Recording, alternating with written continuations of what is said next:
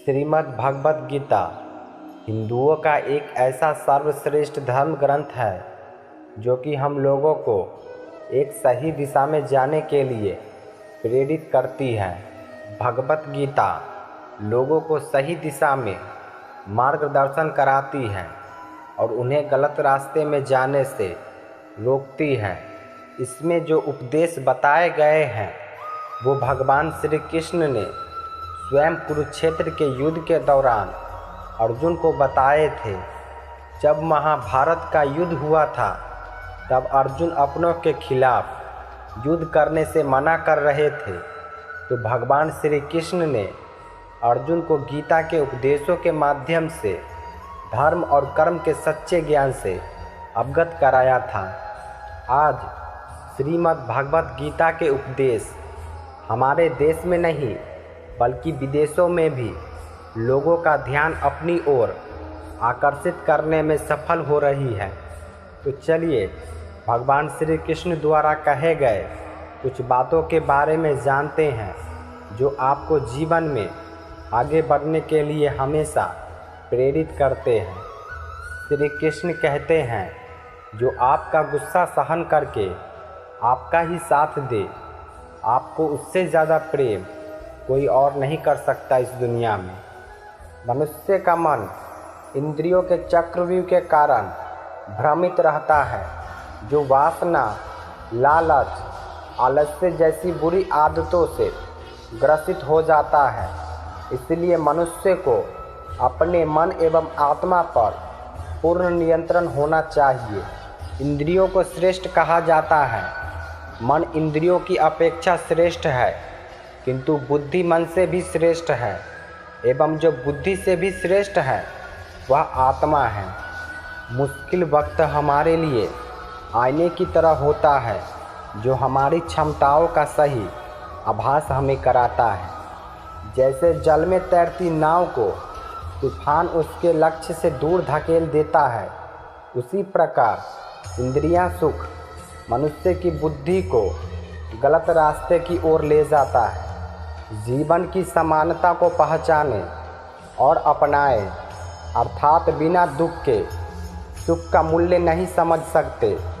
जिसने केवल सुख भोगा हो उसके लिए दुख पहाड़ के समान है। ना तो यह शरीर तुम्हारा है और ना ही तुम इस शरीर के मालिक हो।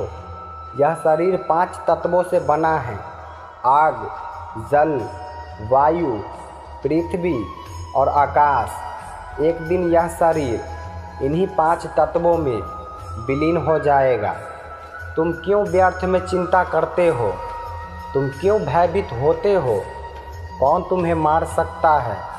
आत्मा ना कभी जन्म लेती है और ना ही इसे कोई मार सकता है। यही जीवन का अंतिम सत्य है। जब तक तुम डरते रहोगे तब तक तुम्हारे जीवन का निर्णय दूसरे लोग लेते रहेंगे। तुमने खुद को कमज़ोर बना रखा है, वरना जो तुम कर सकते हो वो दूसरा नहीं कर सकता। वृक्ष कभी इस बात पर व्यथित नहीं होता कि उसने कितने पुष्प खो दिए। वह सदैव नए फूलों के सृजन में व्यस्त रहता है। जीवन में कितना कुछ खो गया, इस पीड़ा को भूलकर क्या नया कर सकते हैं, इसी में जीवन की सफलता है। अहंकार मनुष्य से वह सब करवाता है जो अंत में उसी के विनाश का कारण बनता है। इसलिए जीवन में जितना जल्दी हो सके अपना अहंकार त्याग दे। गीता में श्री कृष्ण ने बहुत बड़ी बात कही है, यदि आप धर्म करोगे तो आपको ईश्वर से मांगना पड़ेगा, लेकिन यदि कर्म करोगे तो ईश्वर को आपको देना पड़ेगा। व्यर्थ की चिंता और भय एक रोग के समान है जो आपकी आत्मीय शक्ति को छिन्न करती है। जल्दबाजी में किया गया विश्वास और मेहनत के बिना लगाई गई आस, इन दोनों का परिणाम धोखा ही होता है। जो होने वाला है वो होकर ही रहता है और जो नहीं होने वाला है वह कभी नहीं होता। ऐसा निश्चय जिसकी बुद्धि में होता है उन्हें चिंता कभी नहीं सताती है।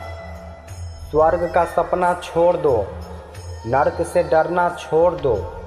कौन जाने क्या पाप क्या पुण्य है, किसी का दिल ना दुखे अपने स्वार्थ के लिए, बाकी सब कुदरत पर छोड़ दो। ना पैसा बड़ा ना पद बड़ा, मुसीबत में जो साथ खड़ा वो सबसे बड़ा। भीष्म ने श्री कृष्ण से पूछा, जल से पतला कौन है, कौन भूमि से भारी है, कौन अग्नि से तेज है और कौन काजल से काला है। श्री कृष्ण ने मनमोहिनी मुस्कान के साथ उत्तर दिया, पितामह, जल से पतला ज्ञान है, पाप भूमि से भारी है, क्रोध अग्नि से तेज है और कलंक काजल से काला है।